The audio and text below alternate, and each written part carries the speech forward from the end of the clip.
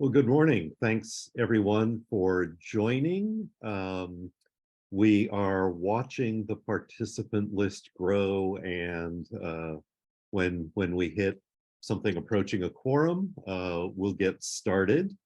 Yeah, the numbers are piling up, so that's good. That's good. We will uncustomarily have a couple of announcements at the beginning of this webinar. We'll keep them very, very brief, and they all pertain to what's actually being done today. So we're not trying to sell you on the upcoming event in Chicago, which you've all read about on the website and have registered for. So we won't trouble you with any of that.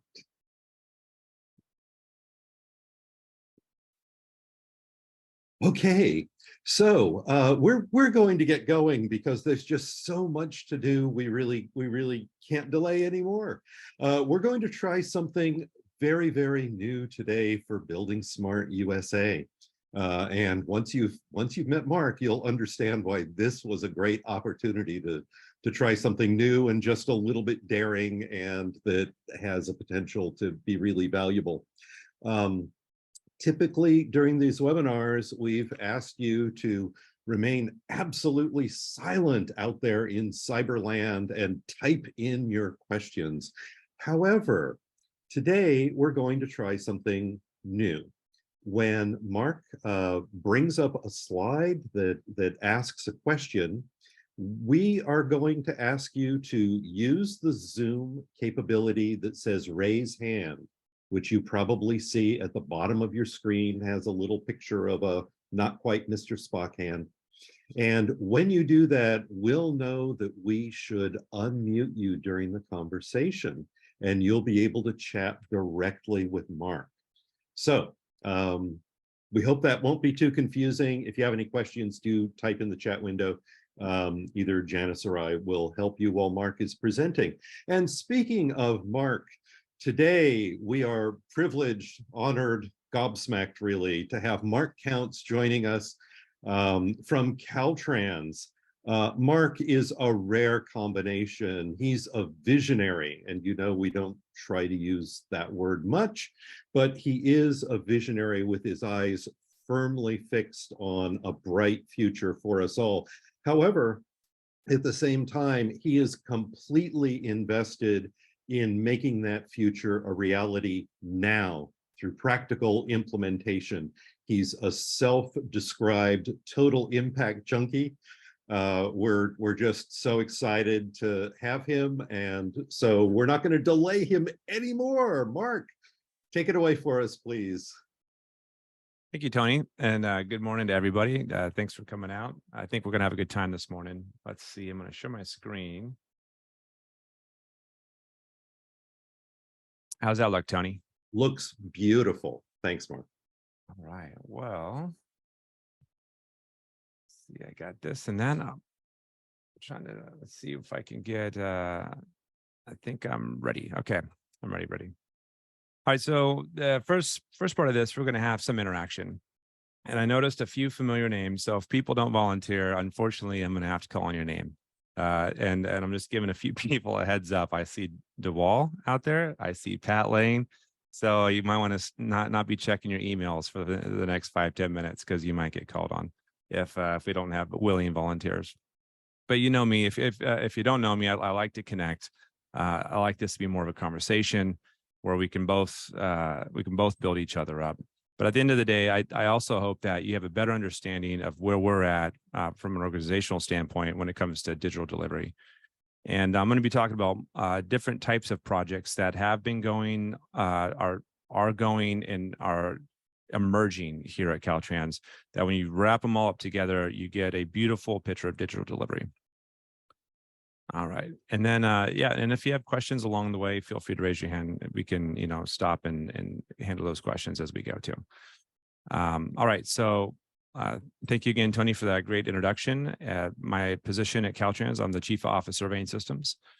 So our survey program is about 600. We have about 600 folks in our survey program, which is a pretty good size survey program. I'm also a department chair of surveying and mapping at a community college in Southern California. I've been running that program for about 6 years now. I was an alumni from that program and just never left, kind of like that perpetual student.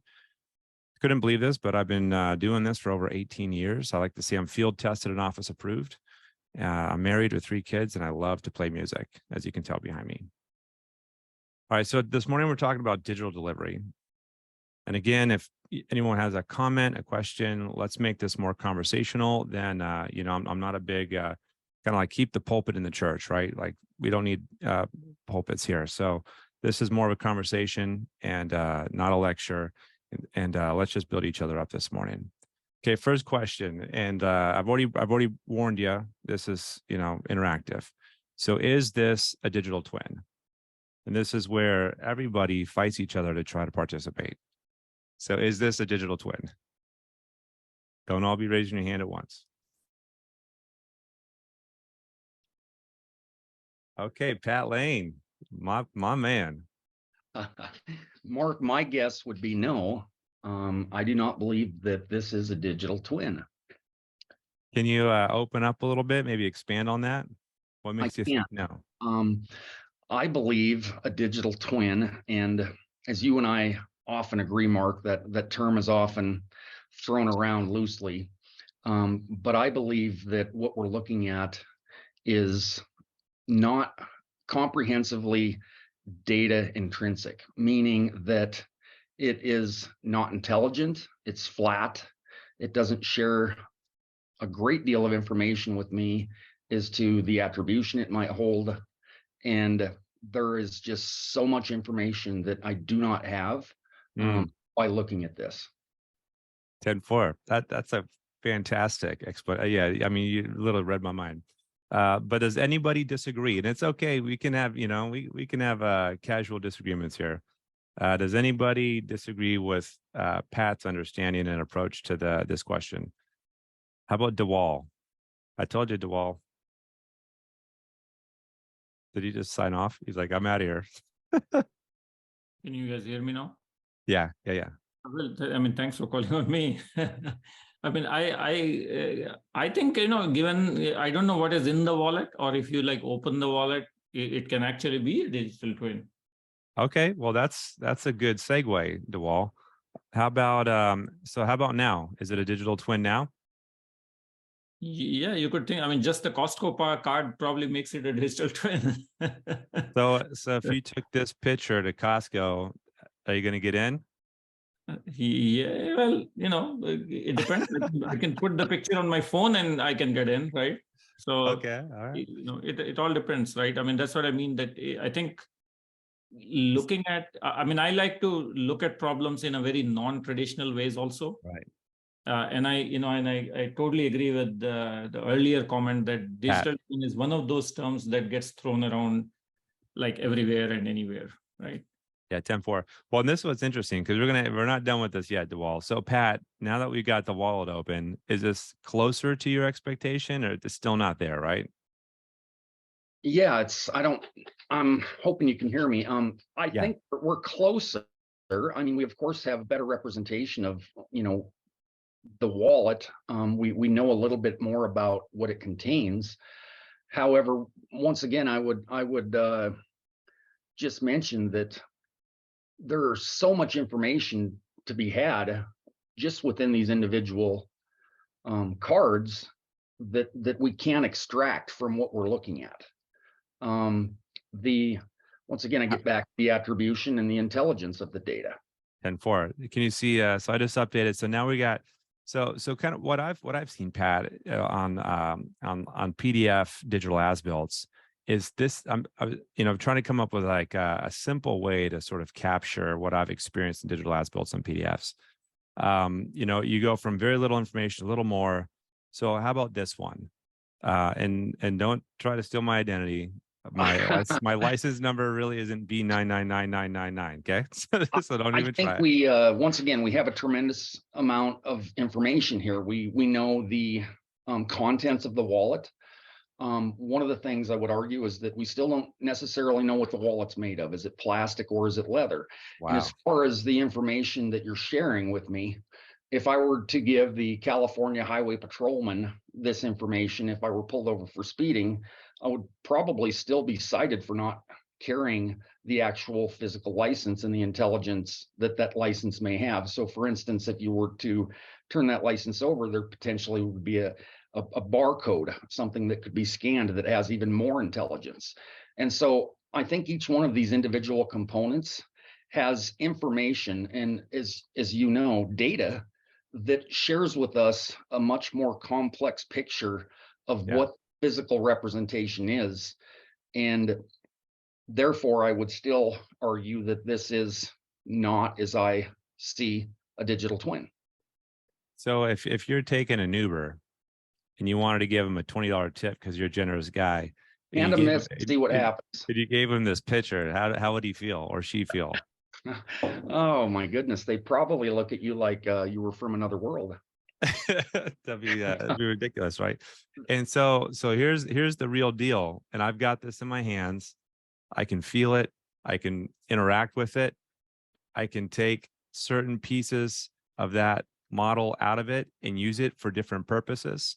I can actually take the real $20 bill, right, and give that to the Uber driver. And so if I had a digital representation of this, would that be a digital twin for you? And you had access to everything in here? It would be the closest thing that I think represents the term digital twin. That'd be the closest. I believe, yes, in my mind. Now, with that being said, I think there's a tremendous amount of opinion and educated research that shows that there can be different opinions as to what a digital twin is. We actually had this conversation internally yesterday. When you referred to as-built, Mark, you referred to a PDF document. We've been one of those DOTs that have scanned design documents into electronic PDFs and stored those in a database. And some would argue that that's digital information. The challenge with that information, though, is that it doesn't represent what we believe to be the golden goose, which would be the opportunity to digitally pull an alignment from one of those as-built into, for instance, a pavement preservation project. We would have to recreate that from that static shot of that PDF. So there you go. Yeah, it kind of depends on what you're trying to do, right? And correct. If all you're trying to do is call me a AAA because I'm stuck on the side of the road and I left my wallet at home, and you happen to have this digital twin, right? You could actually give me my number. So you could do something with this in the real world, but not a whole lot, right? Not a whole lot. You can't buy me a Southwest plane ticket with that card because you don't even have the right side flipped up showing the card number. And the Uber driver is not going to really enjoy that $20 bill of a picture of one, right? And well, thanks for playing, Pat. And before I go on, we got a little bit of time. We built just enough time in for open dialogue. It's 9 a.m, right? Wednesday, middle of the week. We just wanted to get the juices flowing. So Sienna, I don't know if you're comfortable coming off mute, but I'd love to get your take. What are your thoughts on this, on the last 3 photos and digital twins and modeling and stuff like that? Sienna Emery, if we can unmute her. Hi there, can you hear me? Loud and clear, yeah. Okay, perfect. I think a more accurate representation would be like Apple Pay, right? So you don't actually have to have your credit cards. I personally don't take my credit cards out anymore. I just rely on everything on my phone. So I feel like that would be a better example of digital twin because you don't actually have that physical credit card anymore. You don't need it, but you can still pay with it, right? Right. You can still, you can complete physical actions, right, with your Lyft. And it's the Lyft app would also be another great example. Like you just said, Apple Pay, you can tip through the Lyft app. Mm-hmm. So it's 100%. So some sort of digital model that allows you to interact with your physical world. I think that's a great point, Sienna. How is that digital representation, whatever it is, whether it's a database that your phone's connected to through your cell service, or it's a topographic model, how is this letting you interact with the real world? I think that's a great point. Thank you. Anything else, Sienna? No, that's it. Okay, gold star for everyone so far. DeWall, Sienna, Pat Lane, knocked it out of the park. Hey, Anybody Mark, else? I would just chime in that another thing that just dawned on me while Sienna was talking about the phone is that it also allows me with many applications to look at my history, to get an analytical report, and even in some cases to predict the future. Like I'll be overdrawn next week at my current spend rate. That's right. Yeah, the predictives. And it's letting you interact with your physical world, right? It's like, hey, you better slow down, Tony.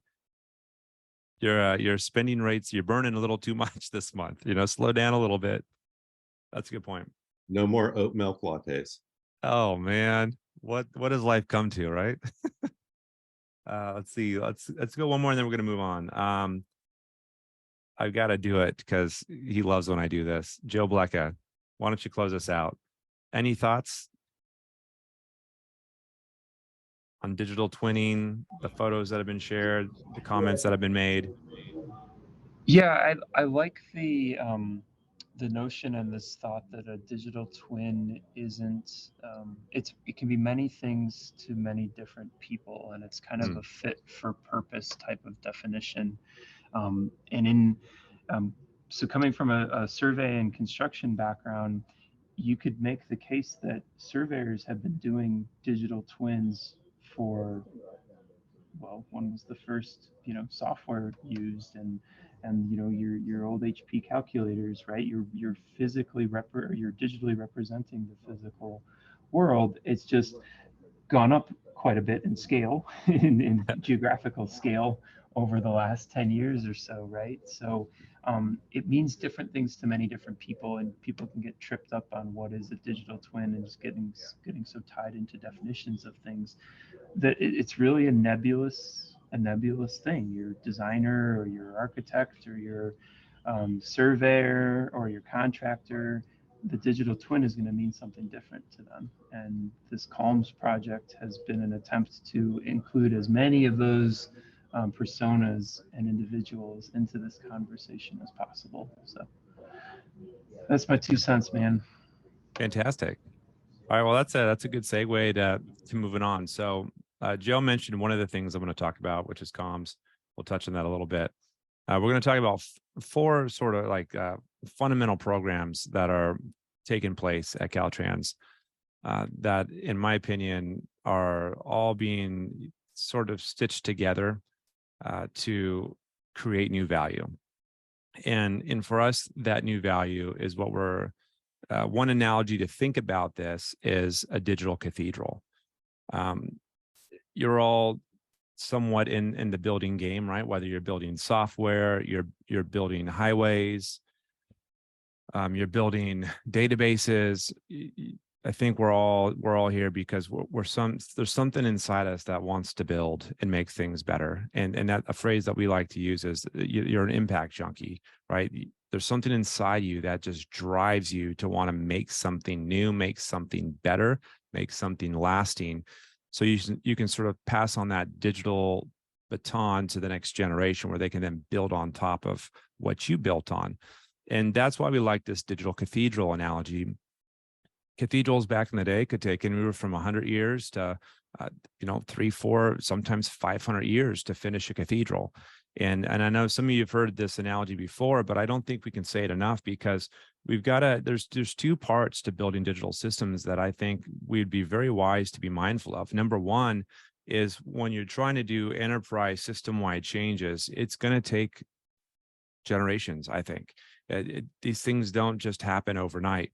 But at the same time, like a traditional cathedral, you can have milestones along the way. You can lay the foundation. You can set certain piles. You can finish off certain rooms, yet still have the blueprints for the rest of the structure, so that when you pass on your baton, not only do you have the blueprints, the rails to follow, but then you've also hopefully cultivated the right sort of culture around you, underneath you, above you, so that as you're bringing more people into the vision of building your digital cathedral, you have people to pass the baton to, right? Imagine that one. Imagine being in a relay race. So Christian Berger, I think you seem pretty fit. Do you run? Are you a runner? I don't know how you stay so fit. Every time I see you, I feel like you're always more fit. Christian, do you run? I think we got to take Christian off mute. All right, let's see if Mike's Yeah, working. you're there. Mike's You're working. there. Yeah, you're there. Yeah, occasionally. I don't go for very long or very far, but try to keep them short and fast. Okay, so check this out. Imagine if I asked you, I said, hey, you know, we're going to be doing this charity run. It's going to be a relay race. And me, you, Sienna, Pat Lane, DeWall, we're all going to be on a team, right? And when you run, you run up to pass it off to DeWall just, you know, he just bailed. You know, he went to go get, I don't know, he just took off. And you get to that station and there's no one there. And you see the other teams running by you and they've got people there and they're passing their batons and you're stuck there standing, hold on to your baton with no one to pass it to. What would you feel like? Stranded, Hopeless. Right? Hopeless. I mean, so that the best thing you could do is what? Keep running, right? Because it's like, well, gosh, DeWall's not here. So then you're going to keep running. And then you get to the next station where Sienna is supposed to be. And hot dog, guess what? She's not there either. And then you do it again and Joe's not there. At some point, what do you think is going to happen to your body? Say that was a 100-mile race and you're all signed up to do 20 miles. It's going to deteriorate very quickly. It's going to break down, right? It's going to break down, especially if you weren't prepared to run 100 miles. And so this is this concept. Thanks for playing, Christian. The concept of digital cathedral is being mindful of there's wins for today, but we always have to have a vision and a blueprint and rails with the mindset of building enough people up around us so that there's not just one person waiting for the baton, but you've got a team. You've got the next team ready to go. It's like your team is building the next team, right? I think sometimes when we think of the term legacy planning, we think of like Mark Counts is going to find one person to replace Mark Counts. And I think that's a limited scope. So if we want to build a digital cathedral, I think we've got to broaden our scope. Are we developing a team to replace the team? Does that make sense? And even to expand on the team. But also with your current team having those wins today. So that's what we're going to talk about, building a digital cathedral. And I hope this is helpful to everybody. Some of you heard some of this before, some will be new to you. And so, you know, the project that I am facilitating right now, the comms project, you know, we came up with a problem statement, but what we realized was this problem statement actually was a bit universal for different programs running here at Caltrans. And as I've talked to people across the country, across the world, it seems like this problem statement is everybody's problem statement, at least all the people I talk to. So I can't say everybody, but a good chunk of transportation infrastructure folks are facing the same problem statement. So I'm going to ask for hands a little bit. And, you know, if you're not part of a transportation department, wherever you're at, you probably have some of this yourselves. And if you don't, you might not be mindful of the gaps that exist. So Caltrans has identified digital and organizational gaps that cause inefficiencies across the department and across the ecosystem that we participate in. And what that means for us is there's the people part, and then there's the digital part, right? The computers, the software, the file structures, the standardization, and then the people part. You know, how are we from a management level? How are we structured? Are we a hard, rigid vertical structure? Are we just this like everybody's just running around like loose atoms structure where there's no organization and it's just chaos? Are we somewhere in between? But what we realized was there's people gaps, and then there was technology gaps. And when you put them both together, we realized there's quite a bit of inefficiencies due to both those gap sources.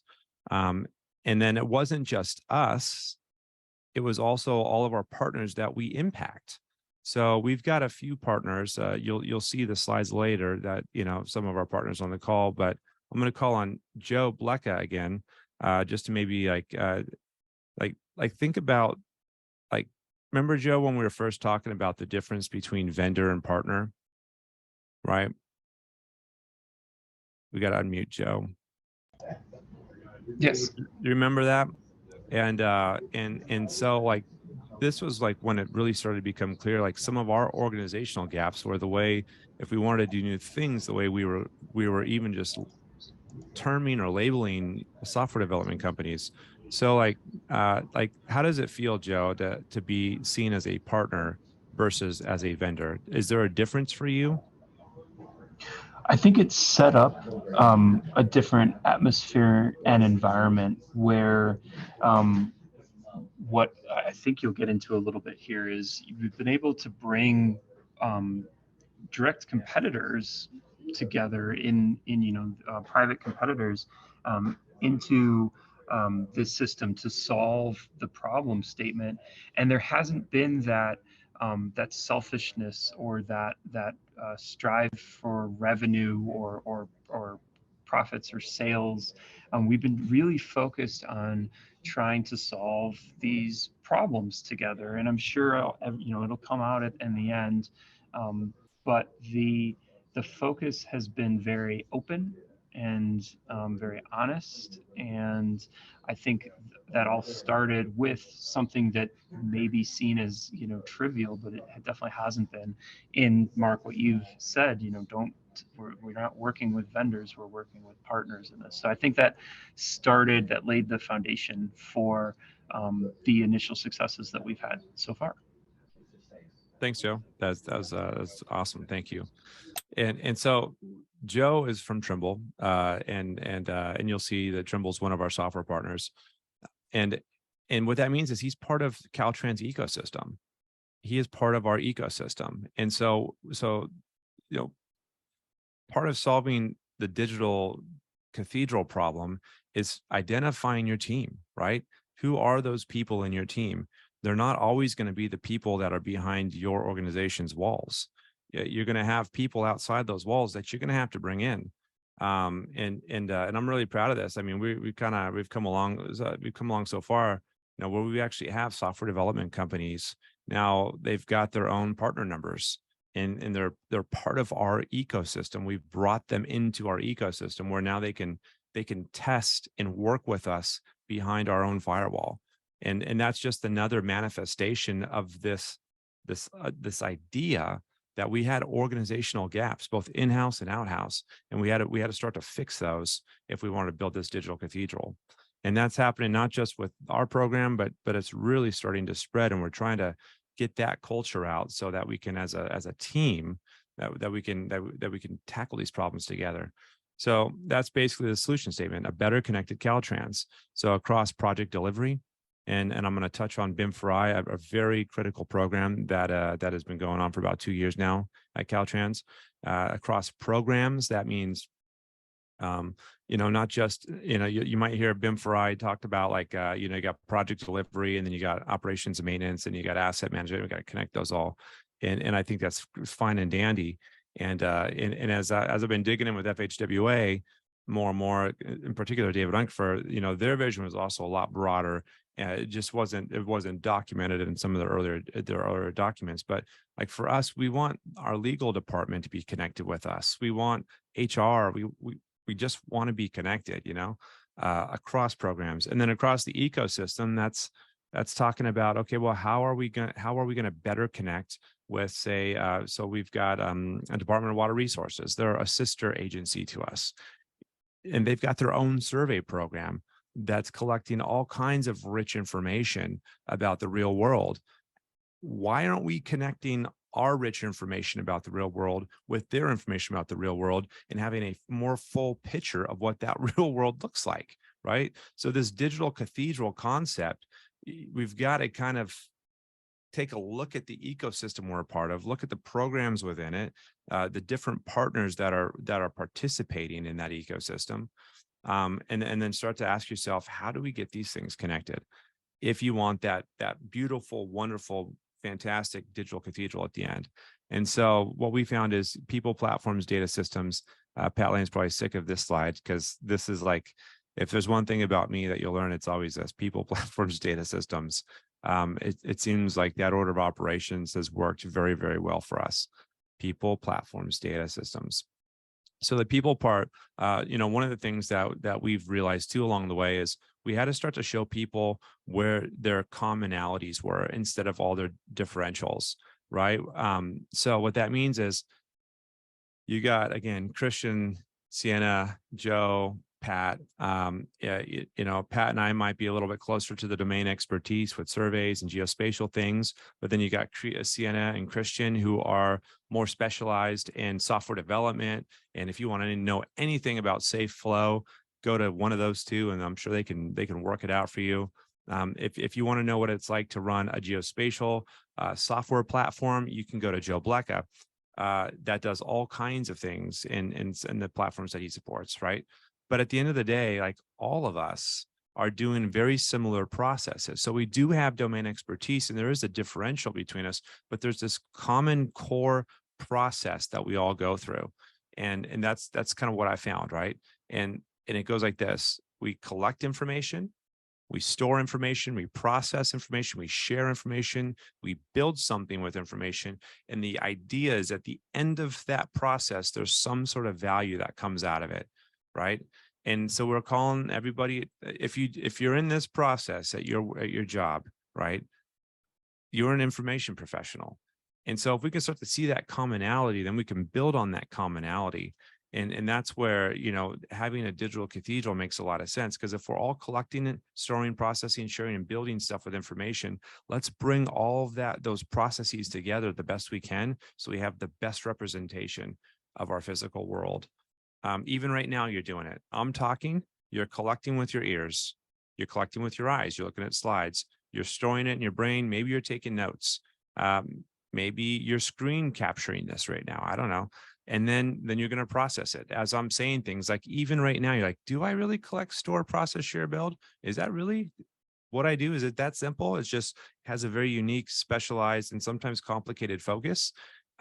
You're processing that. And then who knows? You might share that, right? You might share that with a colleague later today. Hey, I was on this call early this morning, and this guy with this crazy beard was talking about how we're all information professionals, and then that could build relationship, or now you're building that other person up, and now you're adding value.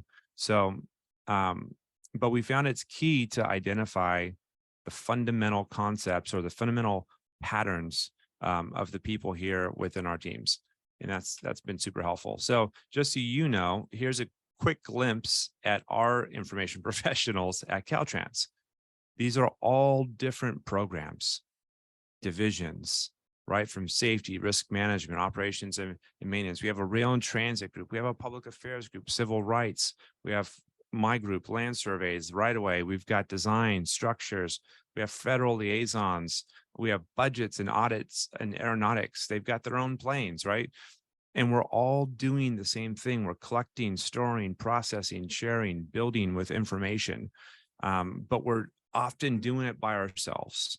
And so to build that digital cathedral, we believe that it's a good course of action to try to bring all of those information professionals together and start to understand the different types and formats and processes of how they do collect their data, so then we can start to stitch it together. And so there's some information professionals on this call. We've already heard from Pat Lane. He's from Montana DOT. And these are some of the DOTs that have been a real blessing to us, that we've learned a ton from, and hopefully we've been able to also help grow in return. But Colorado, Utah, Oregon, Minnesota, Montana, Texas, and these aren't all of them. These are just a glimpse at what it takes to build a team, to build a digital cathedral. Okay. All right. So then we've got contractors too. Jacobs, Granite, WSP, HDR. Another valuable sector of partnership that's critical when you want to build. If you want to build a digital cathedral, it's going to last. You need to try to have basically all hands on deck. So that's the people part. So people, platforms, data systems, right? So next is your platform. We also realized that if we want to start building this digital cathedral, we needed to start to connect the raw data, just like back to the wallet. We needed to try to get the stuff inside here, right? We don't just want a picture of this. We want, like Sienna pointed, The reason why Apple Pay works is because you can take that credit card right there or that bank card and you can sync it to your account. So you can actually do something with it. And we realized that from a geospatial standpoint, we needed that. But we also realized from a geospatial standpoint, we needed something that was going to be baked into the tools that we already have, instead of trying to come up with a bunch of workarounds that we just, quite frankly, don't have the resources right now to even maintain those workarounds. So we started the process and we reached out to the ones that you saw, Trimble, Esri, and Autodesk. We also reached out to Bentley. Again, that was just a snapshot of some of the partners that have been contributing the most. But basically the development partners that are in our ecosystem, we reached out to them and said, hey, we've got this idea. What if, right? That's the fun stuff, right, Joe? What if? What if we could actually, right out of Trimble Business Center, publish data to an Esri Geo database, and then right out of Civil 3D, ingest that into that environment, do my edits, save those back, and then those edits from the Esri Geo database would go right back into your TBC environment. So you have pure data fidelity in two completely different platforms. Like Joe said, on some level, digital competitors, right? What if, and we got a lot of interesting feedback from all of our management, I think, when we first started pitching this idea. One of the companies just recently shared with me is, they basically told them it's impossible. It's not going to happen. And it's crazy to think that, it took us, we're about 2 years into it, but we're about 80% there with these tools. And we're hoping to be doing live projects with these tools on an Esri Geo database environment come beginning of the year, 2024. So hopefully that's encouraging, right? When you've got a group full of people coming in and saying that's not possible, then you've got a group full of people saying, yeah, but I think we can do it. Press on, right? Don't let the naysayers drag you down. But it does take everybody. It takes, I'm just going to give them shout outs: Joe Blecker from Trimble, Keith Warren from Autodesk, and John Jensen from Esri. Those are our three champions in the software development world. And we can't forget Ed Chappelle either. Our four champions, right? Because Ed Chappelle is the construction component of Trimble. And it takes all four of them with our champions at Caltrans constantly fighting and pushing and working towards the vision, right? So, but without those partnerships, none of us could, like Joe, can we unmute Joe? Sorry, you're right in front of me, Joe. Like, would this be possible if any of the partner, like if Autodesk came back and said, Joe, we're just not going to help you? Like, where would we be? Yeah, it's not possible. And I'm not just saying that. We've been trying in different avenues, right? But this was really, I think, with Caltrans's unique position and leadership, and Aaron and others at Caltrans's passion for this project, was the catalyst to kind of push it over the edge and actually get these companies and these partners, now partners, working together. So yeah. No, it had not been possible. We had tried. I have personally tried, and no dice until this.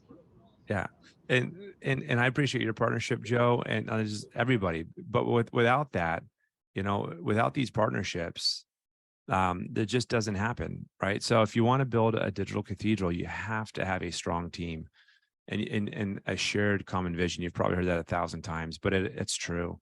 And then part of staying with digital delivery for our digital cathedral is, really trying to figure out from an organizational standpoint, what are our standards going to look like? For the longest time, so I'm a land surveyor. I've been design centric. So I maintain our feature code library and all of the CAD templates for our program. And guess what? It all revolves around our design standard, not an IFC standard, our design standard. So we're kind of at this existential kind of intersection right now as an organization, trying to figure out, okay, well, we've got our own standards that have worked really well for a very long time. you've got all these other international standards over the last, 10, 20 years that have really been emerging, and there's been more and more adoption, it seems like. We're trying to figure out, okay, well, which way do we go, kind of thing, right? So we're playing with the different IFC standards. We are like 4.3 we've been testing. It sounds like 5.0 might actually meet our needs a little bit more. But then the ISO standards as well, trying to basically be compliant with those while also being compliant with our own data governance, who then has to stay in compliance with CT, basically the California Department of Technology. So we've got to, like, there's layers of compliance while there's also all these international standards going on. And so that's part of building your digital cathedral, right? Is, okay, what language are we going to speak? And then doing pilot projects. Don't be afraid. I think right now our BIM for I program's got a little over 20 pilot projects going for digital delivery. And then centralizing your data standards. This has been a real fun project to work on. A huge shout out to Cancel. I thought I saw Jerry on here. Huge shout out to them. So we came to Cancel and said, okay, look, we hear everyone talking about centralizing your data, and that makes a ton of sense, and we want to do that. But what if we centralize our standards, right? And what if we build kind of like a King Arthur's round table? So we do have all of those information professionals that are the experts in their domain. They all come to the digital round table, but then we've got an interface where all of those domain experts that are representing their discipline will have access. So we'll have all of our, basically our data dictionary will be centralized, and those experts will have access. They can update. We'll kind of do like a quarterly meetup where we all talk about it. So that way, at a bare minimum, everybody at Caltrans, if this is what we agree with, BARB for Barb, for barrier bottom, I mean, then that's what everybody uses, whether you're an asset management and maintenance, whether you're an environmentalist out there with Survey 123 on an iPad, that we're all using BARB, right? And then this is what's really cool. This is what I like the most about it, is as you go down, you can see a little bit down here. This is a snapshot, not the live action, but all of the attributions listed down there. So then each discipline can pick which attributes they want to use and not use, because I don't need all the same attributes that design needs. Design doesn't need all the same attributes that construction, environmental, legal, yada, yada, right? So we needed a way to have standardization yet maintain flexibility, because what we've realized is one size doesn't fit everyone everywhere all the time. Like, that's another one of those mindsets, right? One size fits everyone, that you really got to start to wrestle with and assess. But you still need rails. You still need standardization. So you want some sort of rigidity, but you also want some sort of flexibility. And this is what we're kind of working on.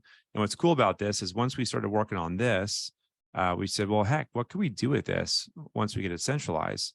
And that's where we decided to start to play with creating feature code libraries with it. So we can do that now. And then next we'll be creating database schemas, whether you're using, like for us, we use Oracle and Esri databases, Oracle Spatial and Esri databases. So we were working on that. So we can actually create the schema so that you could publish to your databases. And then from there, the CAD templates, and then you kind of go through all of your stuff. We got a nice little slide here for everybody.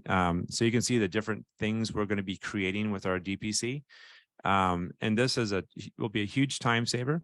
Yeah, so we're excited about that.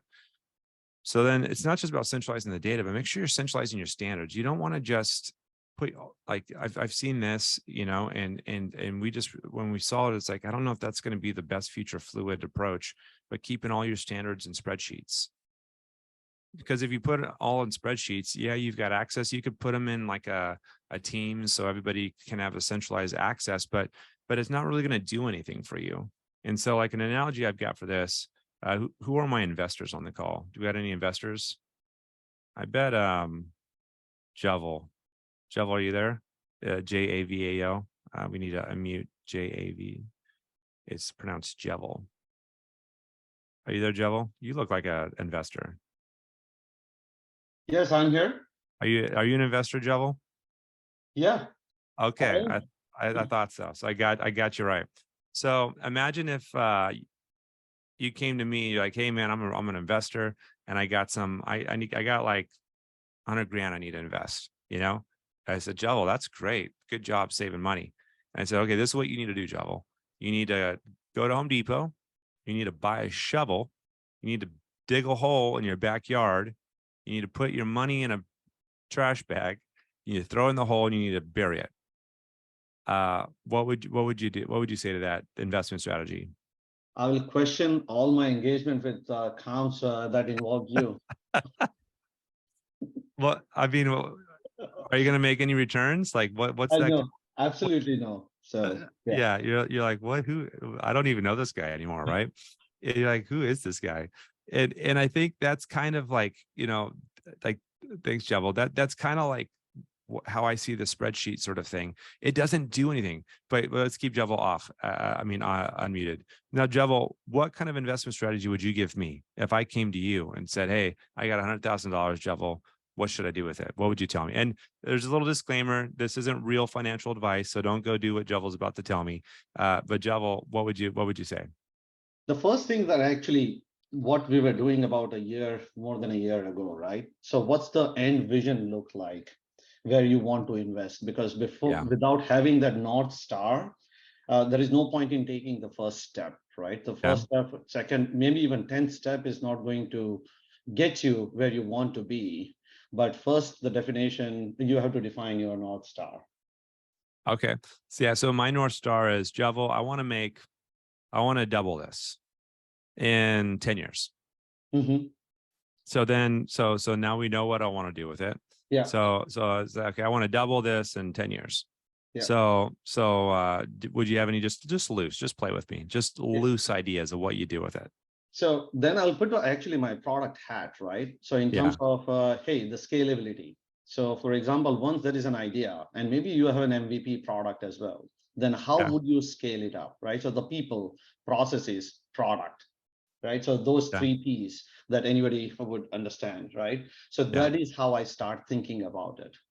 Okay. So this is great. So it sounds like, Jovel, you would take the money and you'd actually build something with it so that you could, meet a need and then make some income off it. So that's a one way to invest. And then if you do that right, then you start to actually get a return on it, right? Yeah. And that's great. So it's a great example. Way better than burying it. Now there's a risk there, right? If the product doesn't meet the needs or whatever. And then what about the safe routes, like a 401k? Some people will put in a 401k. It's a little less risky. It could be a little less risky, right? And then there's some yields. And so like this DPC, what we're seeing is we're trying to put this to work, right? We don't just want to collect the standards and then just put them in like a sock drawer, right? In an Excel spreadsheet. We want them to do something for us. So like what you said, Jovel, is okay, take it and create something. So then maybe you can make income off that. Or like I said, you could do a 401k and then you get some residuals. That's exactly what we're trying to do with our standards. We're trying to centralize them and then do something with them so that we get a return on that investment. It's not just take your investment and put it in a sock drawer. Does that make sense? Absolutely. Awesome. Okay. So hopefully if anyone's out there kind of like listening on this, hopefully that's helpful. One of the things, Mark, that I would add to that is the communicating and getting the buy-in from the other stakeholders in the ecosystem would be a critical piece, right? Because you can build this and it could be a Mona Lisa. But however, if you haven't got a buy-in from, say, internal, say in your different departments, there's like earlier slide that you showed with like, what about 40 of those different departments? Or if you go back to other slides where you have the ecosystem partners or the software partners, if you don't get buy-ins from that, it won't matter. So that would be the one thing that I would like to add to what you just said. 10-4. That's a good point. Yeah. You got to have ownership from all the partners. Yeah, 10-4. Okay, and so the last thing about the DPC is this is also going to be kind of like what we're calling is it's going to be like the focal point we're hoping to build what's called a DPC roundtable, like kind of King Arthur's roundtable, where we get the data stewards from all the different domain expertise and we work together, we hash it out, We standardize what we're calling everything, but then we have flexibility for all the different attributions. This is what, you know, we're putting on that, what is it, ADCMS? I always get the grant proposals that DOTs are going after right now. This is what we're going after. We want to build this out entirely over the next 2 years, like entirely, where it just supports all the different sort of template products that you can imagine that you need. But then we want to, you know, when we do it that way, then the idea is, since it's an FHWA grant, that we'd be able to share this technology with all the other DOTs. So this is, I mean, this is one of our passion projects. This is a game changer. This is one of those game changers. So, but this is part of building that digital cathedral. You got to have standards, but then what are you going to do when you have standards? Just going to let them sit in a sock drawer, or are you going to actually put them to work and do work for you? Right. So you got that. Then we got the different Caltrans programs right now. And then I'm running out of time. So I'm just going to wrap this up in about 2 minutes, and then we'll do any kind of Q&A for a couple minutes. So digital delivery, there's 4 programs that are essential to building our digital cathedral right now. Number 1, traffic ops LiDAR.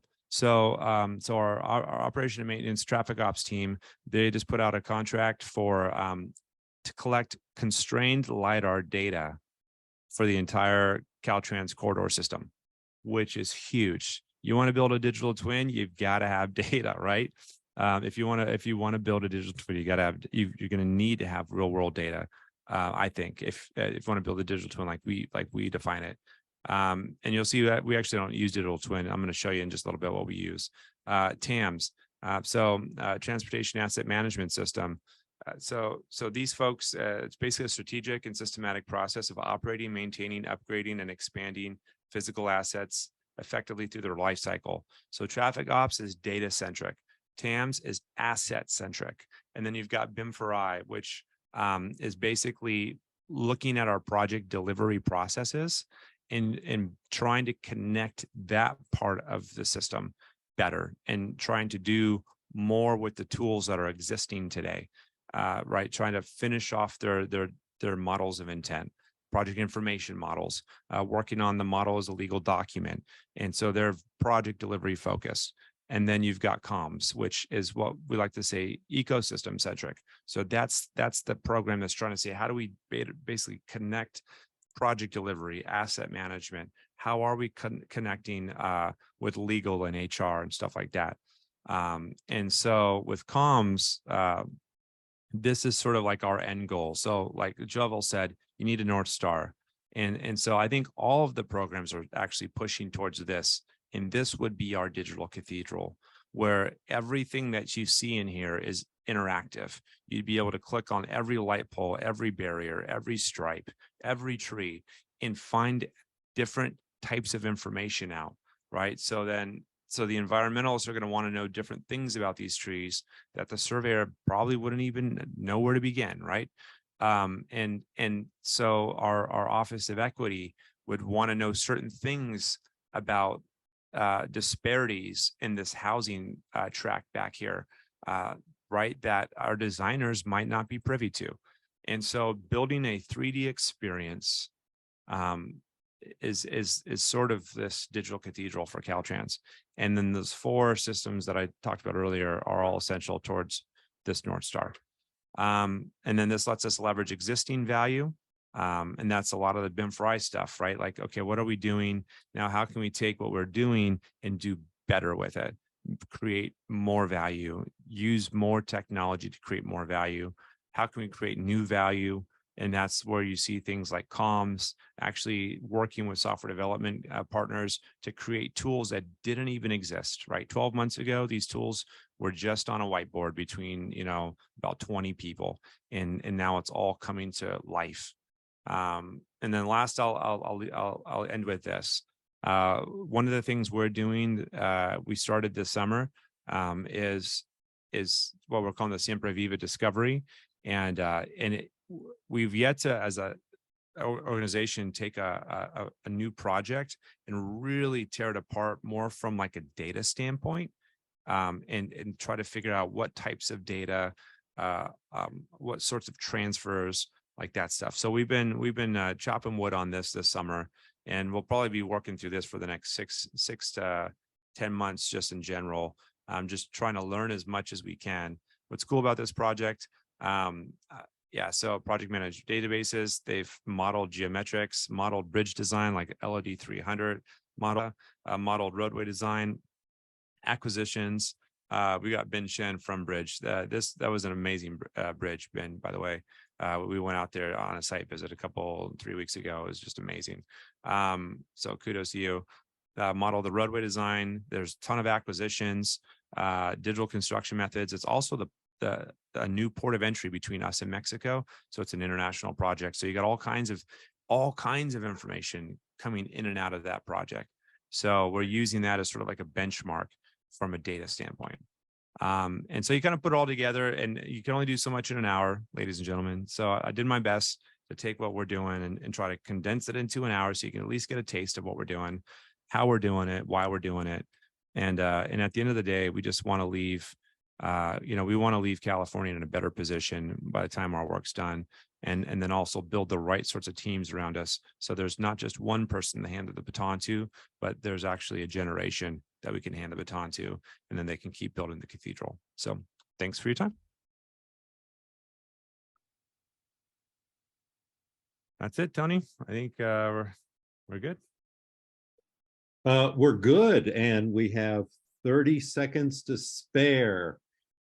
How would you like to invest those 30 seconds, Mark? Take a breath. Okay, that's great. I hope that you can see all the wonderful comments that are coming through on the chat, all the little applauding hands, and just personally thank you for one of the most exciting, inspiring, thought-provoking, challenging, and paving a good pathway for us types of presentations that we've seen. So thank you so much. Thanks, everyone. We'll leave the comment window open for a while so that we can collect these. And the recording will be available. So now that you've seen the event, you can tell all your friends about it and go to the Building Smart USA website, click under webinars. You'll be able to see the recording for this as soon as it gets published. Thanks very much. Thank you, Tony. Take care.